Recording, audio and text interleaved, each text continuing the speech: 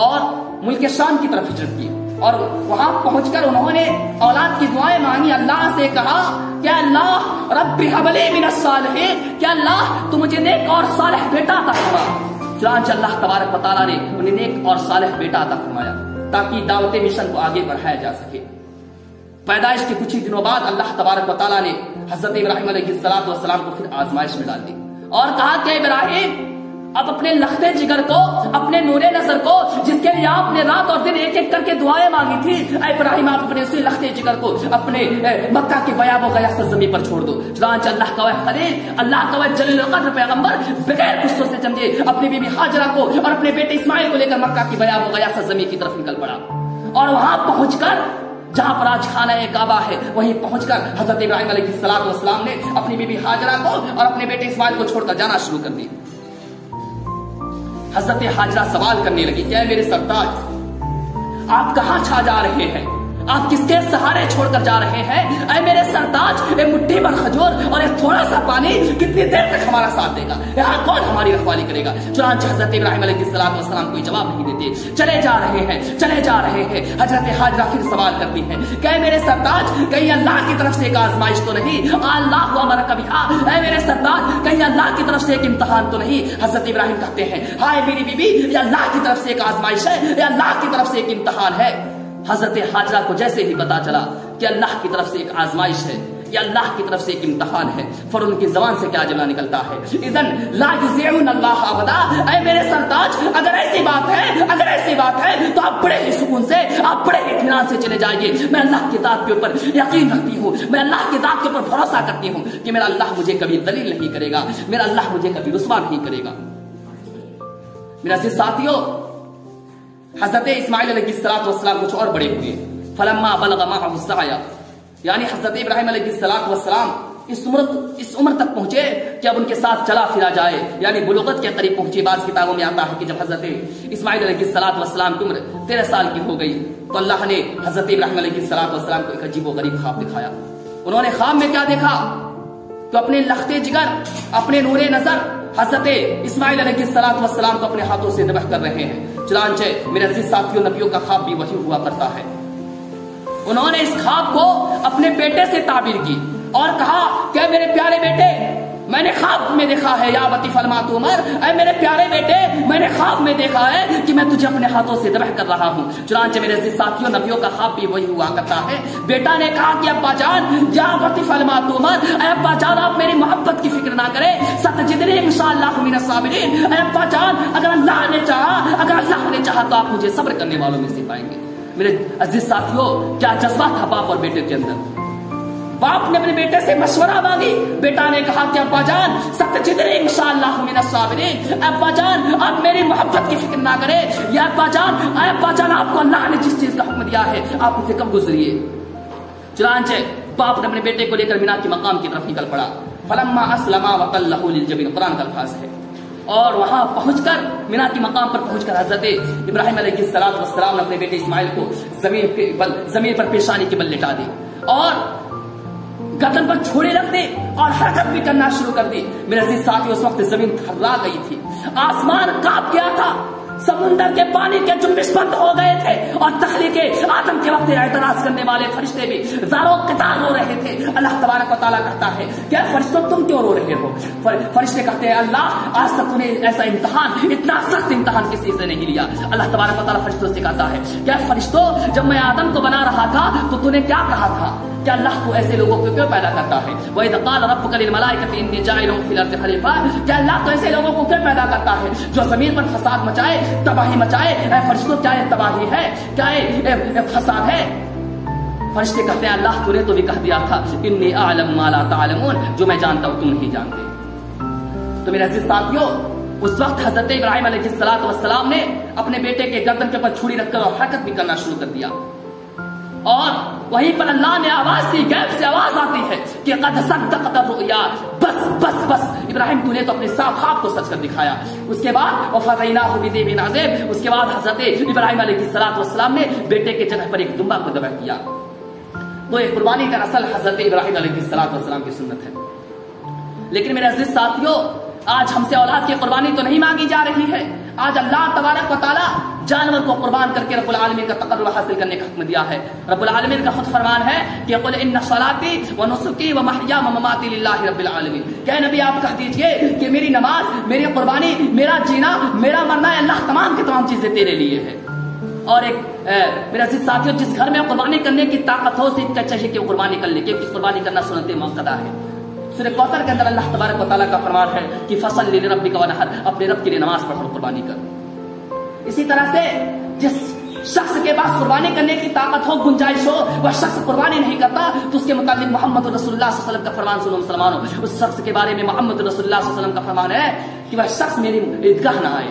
تو اگر آپ کے پاس قربانی کرنے کی طاقت ہو، گنجائش ہو، تو آپ ضرور ضرور قربانی کریں. اسی طرح سے قربانی 4 قسم کی جانوں کی قربانی جائز نہیں ہے. ایسا لنگڑا جس کا لنگڑاپن ظاہر ہوتا ہو، یا ایسا کمزور جس میں صرف ہڈی ہی ہڈی ہو، یا ایسا بیمار جس کا بیماری پن ظاہر ہوتا ہو، یا ایسا کانا جس کا کانا پن ظاہر ہوتا ہو، تو ان قسم کی جانوں کی قربانی جائز نہیں ہے.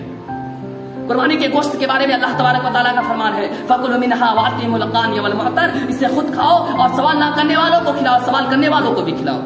اور ایک جگہ اللہ تبارک و تعالیٰ کا فرمان ہے فَكُلُوا وَاتَّخِرُوا وَتَصَدَّقُوا، کھاؤ، ذخیرہ کرو اور صدقہ کرو. اسی طرح سے میرے عزیز ساتھیوں، جب ذی الحجہ کی چاند نظر آ جائے اور ہم میں سے جو شخص قربانی کرنے کا ارادہ رکھتا ہو، اسے چاہیے کہ وہ اپنے بال اور ناخن کو نہ کاٹے اور نہ کٹوائے.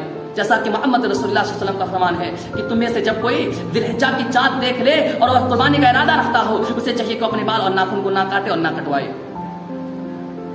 میرے عزیز ساتھیوں، قربانی کا اصل مقصد اللہ تبارک و تعالیٰ کے نزدیک تقوی اور پرہیزگاری ہے، یعنی خلوص اور للہیت کے ساتھ قربانی کرنا چاہیے.